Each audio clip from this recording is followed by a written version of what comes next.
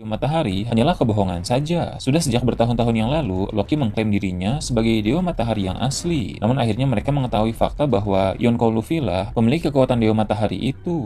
Mereka berkata, jika Loki yang merupakan Dewa Matahari palsu saja sudah sekuat itu, berarti Luffy yang merupakan Dewa Matahari yang asli pasti jauh lebih kuat. Mereka penasaran akan kehebatan dari si topi jerami itu. Selain menampilkan para warga, beberapa tokoh penting di Elbaf pun reaksinya diperlihatkan. Pertama, ada reaksi dari seorang raksasa yang sudah terlihat sangat tua. Dia merupakan salah satu tetua atau bisa dibilang orang yang sangat dihormati di pulau itu. Umurnya memang sudah sangat tua, dia berumur lebih dari 500 tahun. Umur raksasa memang sangat panjang, bahkan Dori dan Brogy saja yang belum terlalu tua untuk kalangan raksasa, umurnya sudah 160 tahun. Si tetua Elbaf itu bilang bahwa akhirnya setelah penantian panjang, sosok Dewa Matahari yang dia tunggu telah datang ke pulau Elbaf. Sambil memegang poster buronan Luffy, dia berkata penampilan Luffy yang berwujud putih itu persis seperti yang dikatakan dalam sejarah soal Dewa Matahari Nika. Tetua para raksasa itu bilang ada hal yang ingin dia sampaikan kepada si topi jerami itu yang berkaitan dengan soal rahasia dari kekuatan Dewa Nika. Sepertinya sosok raksasa tua ini akan berperan besar dalam peningkatan kekuatan Luffy di Pulau Elba.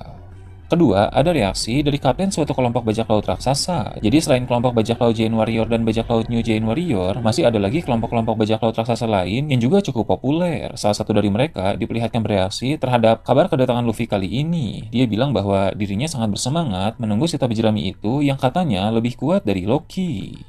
Ketiga, ada reaksi dari para tahanan di penjara Elbaf. Lokasi penjara itu ada di bagian terbawah pohon Adam. Jadi jika tempat Loki ditahan saat ini berada di bagian terbawah batang pohon Adam, lokasi penjara dunia bawah ini berada di bagian bawah lagi, atau bisa dibilang dunia bawah Elbaf. Jadi diketahui bahwa wilayah Pulau Elbaf tidak hanya luas dan menjulang tinggi saja, tapi juga ada wilayah-wilayah di bagian bawah tanah. Pantas saja dikatakan bahwa ukuran pulau ini jauh lebih besar dari pulau-pulau biasa. Karena selain pulau itu dihuni oleh para raksasa, tapi juga kan areanya yang mencakup seluruh tempat. Tidak hanya puncak pohon Adamnya saja yang menjulang tinggi, tapi juga di bagian akar pohon itu terdapat penjara bawah tanah. Para tahanan di penjara itu bilang bahwa mereka tidak sabar menunggu kekacauan di Pulau Elbaf. Karena menurut ramalan yang pernah mereka dengar, jika sang pemilik kekuatan Dewa Nika itu tiba di Elbaf, akan memicu terbebasnya Loki dari rantai. Dan ketika Loki lepas dari rantai, maka perang Ragnarok Elbaf akan segera terjadi. Nah, ketika perang Ragnarok ini terjadi, maka akan memicu terbebasnya para tahanan di penjara itu. Karena kekacauan besar terjadi, dan kekacauan itu mencapai wilayah penjara. Dengan begitu, sebagian besar penjara pun akan mengalami kehancuran dan membebaskan para tahanan di sana.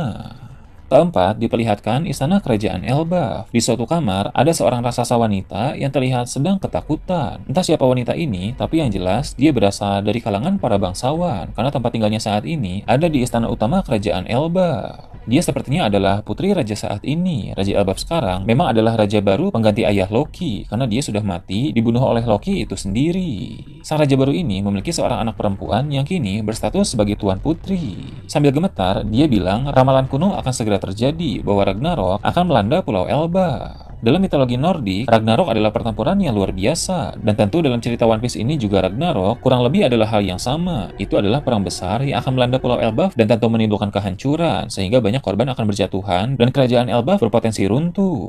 Berbeda dengan respon para tahanan tadi yang sangat gembira, sang putri kerajaan ini terlihat sangat takut dengan perang Ragnarok itu, karena tempat tinggalnya berpotensi akan hancur jika perang itu benar-benar terjadi. Sama seperti perkataan orang-orang sebelumnya, Ragnarok dipicu oleh munculnya Dewa Nika yang asli di Elbaf. Dia membebaskan Loki yang sedang dirantai sehingga Loki memulai perang besar Elbaf yang disebut sebagai Ragnarok. Jadi memang keputusan utamanya ada di tangan Luffy. Apakah nanti Luffy benar-benar membebaskan Loki dari rantai atau tidak? Kasih jembatan tempat Zoro dan kawan-kawan sedang berada saat ini. Di sana mereka dikejar oleh Rod yang sudah bangkit. Namun lucunya, Rod juga dikejar oleh Gear dan Goldberg. Mereka berdua sudah tahu tentang kebiasaan buruk Rod yang suka mencari orang-orang dari lautan dekat Pulau Elbaf. Jadi mereka pun berniat untuk menghentikan Rod pada saat itu juga.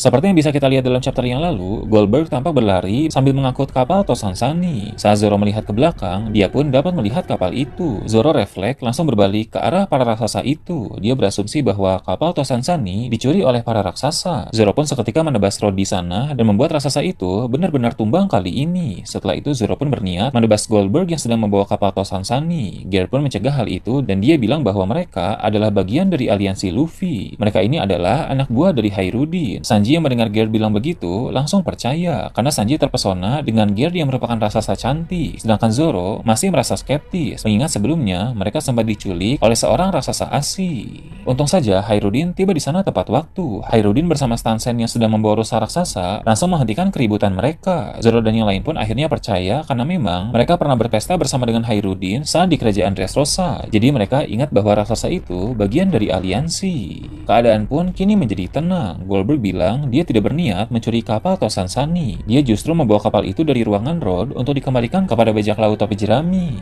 Jadi di antara 5 raksasa ini yang punya sifat buruk hanya Rod saja, sedangkan yang lainnya adalah raksasa yang baik. Hairudin yang sudah tahu kelakuan dari Rod akan memberi hukuman kepada raksasa itu karena telah menyulitkan bajak laut topi jerami yang baru tiba di sana. Setelah itu, mereka pun bersama-sama menuju ke kediaman kelompok bajak laut New Giant Warrior. Hairudin juga sudah menangkap rusa raksasa untuk hidangan pesta penyambutan bajak laut topi jerami. Dan mereka, Hairudin bertanya di mana Luffy dan yang lain berada sekarang ini. Para kru pun bilang bahwa Robin, Franky, Brook, dan Jinbei masih berada bersama dengan Dory dan Brogy. Sedangkan Luffy, dia turun ke hutan bawah karena dia penasaran dengan suatu aura yang begitu kuat dari hutan tersebut. Mendengar itu seketika membuat Hairudin langsung menjadi panik karena dia bisa menduga bahwa aura kuat yang Luffy rasakan berasal dari Loki. Menurut Hairudin, akan berbahaya jika Luffy sampai bertemu dengan Loki. Namun para kru bilang bahwa tidak perlu khawatir karena Luffy adalah orang yang sangat kuat sehingga dia harusnya akan aman-aman saja. Namun Hairudin menjawab, itu bukan hanya tentang kekuatan. Loki bukan hanya sekadar raksasa yang sangat kuat saja, tapi dia juga adalah sosok yang penuh dengan sifat licik dan tipu daya. Mereka juga tahu bahwa ada ramalan tentang insiden Ragnarok. Jika Dewa Nika tiba di Elbaf dan membebaskan Loki yang sedang dirantai, itu bisa memicu terjadinya perang Ragnarok. Hairudin sudah tahu bahwa Dewa Nika itu adalah Luffy, dan ketika Luffy bertemu dengan Loki di dunia bawah Elbaf itu, maka berarti ramalan mengerikan tentang Ragnarok akan segera terjadi. Nami pun berharap semoga saja Luffy tidak membebaskan Loki yang sedang dirantai. Setelah itu, Usopp bilang kepada Hairudin bahwa mereka sangat senang bisa berada di Pulau Elbaf. Mereka tidak mau jika Pulau Elbaf sampai hancur. Jika seluruh kru bajak laut topi jerami sudah berkumpul nanti, mereka ingin berpetualang di seluruh negeri itu. Sambil tersenyum, Hairudin bilang hal tersebut boleh-boleh saja, tapi itu akan memakan waktu yang cukup lama. Mengingat Pulau Elbaf sangat luas, jadi tidak akan bisa dijelajahi hanya dalam waktu beberapa hari saja. Butuh waktu yang cukup lama untuk melakukan itu.